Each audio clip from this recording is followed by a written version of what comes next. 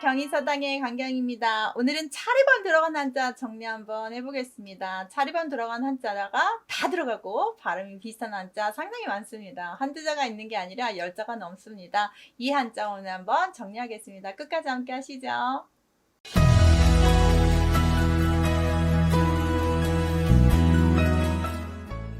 혹시 제 책에 있으신 분들은 249쪽에 시작해서 252쪽까지 연결이 상당히 몇 페이지나 됩니다. 같이 보시면 메모할 것도 좀 있을 것 같습니다. 없으신 분은 그냥 보셔도 재밌습니다. 시작하겠습니다. 차례번자, 번역할 번자, 그을 번자, 우거질 번자. 일단 한자가 좀 어렵지만 번자 들어간 걸 앞에 배치를 좀 해봤습니다. 울타리 번까지 번, 기번도 번, 그 다음 반입니다. 이제 강이름 반, 그 다음 되풀이할 번, 뜬물반 이런 말도 있고요. 설일반, 파자도 있습니다. 뿌릴파, 살필심, 물이름심 이렇게 발음이 완전히 바뀌는 한자도 있으니까 같이 한번 보시겠습니다.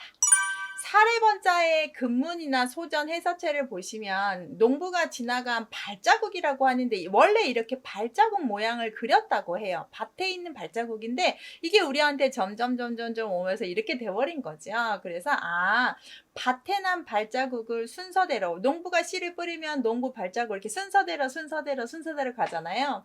네, 농부 이야기를 하는데 뜬금없이 저는 어떤 생각이 했었냐면 아버지가 앞에 이렇게 걸어가고 엄마가 앞에 걸으면 눈밭에 걸어갈 때 그 보폭을 따라서 이렇게 제가 짚어보려고 했는데 어렸을 때 안 되잖아요. 보폭 차이가 많이 나니까 넘어지기도 하고 막 이랬던 기억이 나는데 똑같이 씨를 뿌릴 때 밭에 곱게 갈아놓은 밭에 농부가 지나갈 때 그 발자국만 이렇게 따라가게 되죠. 그래서 순서대로 발자국을 따라간다는 걸 좀 유념하시면서 보고 위에는 한자를 많이 뭐 해석하려고 안 하셔도 될 것 같아요. 발자국이구나. 그래서 순서대로 번호, 번지, 당번 이런 말 할 때 쓰는데요. 자, 만약에 뒤에다가 날비를 쓰게 되면 새가 차례차례 날개를 펄럭이면서 장소를 옮겨갈 겁니다. 그래서 다른 나라의 말을 바꾸다, 장소를 옮기듯이 말을 바꿔주는 작업에서 번역이라는 말로 우리가 지금은 해요. 갑자기 새 날개가 번역이 돼서 뜬금없긴 한데 네, 새가 날아서 장소를 대한민국에 있다가 일본에 있다가 중국에 갔다가 하는 것처럼 이렇게 말을 좀 바꾼다는 표현으로 쓴다고 합니다. 그래서 번역할 때 제일 많이 쓰고요. 바꿔서 뒤집으면 번복이다고, 번안은 바꿔서 제안하는 거, 이렇게 안건을 바꾸는 것도 번안이라고 하죠. 그 다음 구울 번자 제가 그림 하나 놨는데요. 여기에 번철이 나와서 그렇습니다. 먼저 설명을 하면 불로 여러 번 구울 때 쓰는 말인데요. 번육이라고 하면 이제 여러 번 고기를 굽는 거고, 번철은 이렇게 구울 때 쓰는 철인데 지짐질이나 소뚜껑을 젖힌 모양, 무색으로 했는데 이렇게 생겼어요. 아시죠? 여기다가 이제 볶음밥 해먹고 고기 구워 먹고 하는 걸 번철할 때 이를 쓰는 한자입니다. 자, 그 우거질 바, 풀이 우거졌다고 보시면 됩니다. 풀이 여러 겹으로 무성하게 우거졌다. 번자를 여러 번이라고 해석을 좀 해봤습니다. 번성이라고 할 때 우리는 보통 이렇게 씁니다. 번성할 번. 그런데 이자도 괜찮습니다. 번국이라고 하는 건 오랑캐를 우리가 번국이라고 고대에 이렇게 문서 보면 많이 써 있습니다. 알아두시면 좋겠고.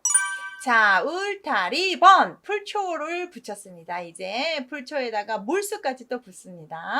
그래서 뜬물반을 좀 이따 배우실 텐데 쌀 씻을 때 쓰는 그 뜬물 맞습니다. 풀로 우거져 있는 울타리인데요. 울타리는 보통은 뭐 이렇게 경계선을 만드는 거잖아요. 그래서 벌리 할 때 리자도 울타리여서 벌리를 울타리로 보고요. 번신은 왕실을 수호하는 이렇게 울타리처럼 지켜지고 있는 신하를 번신이라고 합니다. 특이하죠? 번발음만 잘 보시면 될 것 같아요. 기번, 깃발입니다. 깃발을 만들 때 수건을 사용했기 때문에 수건건 천을 대용하는 걸 쓰고요. 뒤에다가 번해서 수건 같은 천으로 만든 깃발인데요. 번기라고 해서 깃발이 그대로 써서 표지가 있는 깃발입니다. 어디 가면 이쪽으로 가시오, 뭐 초록색, 녹색, 또 파란색 이렇게 해서 뭔가 이 깃발로 인해서 방향을 표시하는 그런 깃발들 번기라고 보시면 좋겠습니다. 강이름 반, 반도 되고 번도 되는데 보통 이제 반발음을 많이 해서 제가 반을 첫 번째로 하긴 했는데요. 돌이 많이 있는 강바닥에 돌이 많은 그런 강을 생각하시면 되고, 이름자에는 번으로 쓰는 사람들도 있고요. 반개수록을 좀 보시면, 반개수록 칠학파 유형원이 지은 시입니다. 책입니다. 반개가 유형원의 호예요. 그래서 그분이 손 가는 대로 필요한 것들을 써놓은 글의 수집입니다. 그래서 반개수록 할 때 쓰는 한자고요. 제 원본에 이 숫자가 약간 좀 오타가 났으니까 참고하셔서 책 있으신 분 조금 고쳐놓으세요.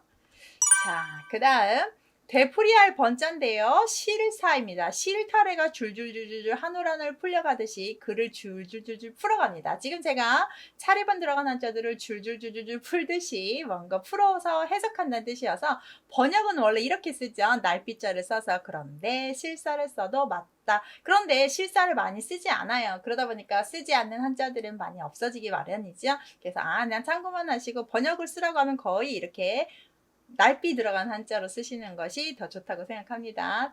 참고만 하세요. 뜸물반, 아까 말씀드렸어요. 여러 번 쌀 씻을 때 쓰는 뜸물인데요. 앞에다가 물수 쓰고 뒤에 차례번을 써서 뜸물반, 번 발음이 반대해서 조심하셔야 되고요. 이 강 이름 쓸 때 쓰고요. 반목이라고 해서 뜸물로 머리를 감는데, 여러분 이 뜸물로 여러 가지 쓸 수가 있어요. 옛날에는 세제가 없었기 때문에 머리도 감고요. 설거지도 하고요. 저도 이 뜸물로 쓸 수 있는 거 뭐 하냐면, 기름기 있을 때 이 뜸물 좀 사용하고요. 특히 전라도는 된장국 끓일 때, 된장찌개 할 때 이 뜸물로 하면 참 맛있습니다. 탁하는 그런 맛도 있고, 생선 요리할 때도 뜸물을 좀 사용하기도 하고, 개인적으로 전 그렇습니다. 다들 요리들 어떻게 하는지 모르겠는데 그래서 반목 이렇게 뜸물로 머리를 감기도 했었대요. 그 다음 설일반이라고 하는데요. 뱀이나 용이 몸을 겹쳐 있는 것을 설인다고 합니다. 그래서 앞에다가 벌레층, 파층육가를 쓰시고, 번자 여러 겹 이렇게 꽈리 틀고 있는 거, 그렇게 생각하시면 되고, 발룡인데요. 아직 하늘에 안 올랐어요. 꽈리 틀고 앉아 있으니까 아직 땅에 서리고 있는, 아직 기가 확 이렇게 나지 않은 용을 우리가 반용이라고 합니다. 반자가 절반반 이런 거 아니에요. 서리 틀고 있는, 준비하고 있는 용이라는 뜻입니다.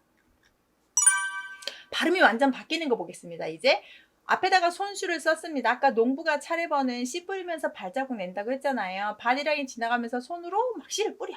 이렇게 씨를 뿌립니다. 그거를 뭐라고 하죠? 파종이라고 하고, 막 뭘 뿌려요? 전파라고 하고, 아관파천이라고 해서 러시아의 아자에, 공사관 간자에, 그 다음 파천, 뿌리다, 옮겨가다, 뿌리고 옮겨가듯이 공사관으로 내 거처를 옮기는 고종이 조금 신변의 위협을 느끼죠. 민비가 죽은 다음에. 그래서 러시아 공사관에 몸을 피신하는 사건이 아관파천 사건입니다. 그래서 친러시아 세력에 의해서 러시아 공사관으로 거처를 옮기는 걸 아관파천 할 때, 이렇게 파천 할 때도 쓰는 한자입니다. 역사 용어네요. 자, 살필 심자를 보시면 발음 엄청 특이하게 돼버렸어요. 집에다가 차례번입니다. 이때는 발음 역할보다는 뜻과 뜻이 만난 회의자로 보시는 게 좋겠죠. 집들에 있는 발자국을 유심히 살펴봅니다. 집에 있는 발자국을 유심히 살펴봅니다. 왜요? 도둑인가 아닌가 이렇게 보겠죠. 집들에 있는 발자국을 유심히 봅니다. 심은, 심판, 재심할 때 쓰는데요. 제가 옛날에 봤던 신문 기사에서 인삼을 8년에서 10년을 키웠던 인삼을 도둑 맞습니다. 그런데 그 인삼집 하시는 분이 옆에 이렇게 숙박업을 했었어요. 그냥 숙박업에 온 사람들이 범인이 아니겠느냐 생각을 했습니다. 그런데 증거가 있어야 잡잖아요. 그런데 인삼밭에 발자국이 난 걸 그대로 경찰한테 신고해서, 그 발자국이 나는 신발을 찾아서 그 발자국이 난 신발의 흙과 인삼밭에 있는 흙에 DNA나 이런 뭔 성분 있잖아요. 성분, 흙성분. 그게 일치해서 범인을 잡는 기사를 봤거든요.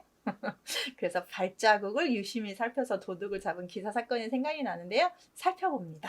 이렇게 생각하시면서 보시면 좋겠네요. 마지막 자인데요. 앞에다가 물수만 집어넣습니다. 설필심에다가. 그래서 강 이름을 만들었고요. 지금 심양이라고 해서 중국 요동시에 있는 도시 할 때 쓰는 중국 이름이 많이 쓰니까 좀 읽을 일이 있을 겁니다. 이렇게 해서 차례번자 정리합니다. 여기까지 하겠습니다. 감사합니다.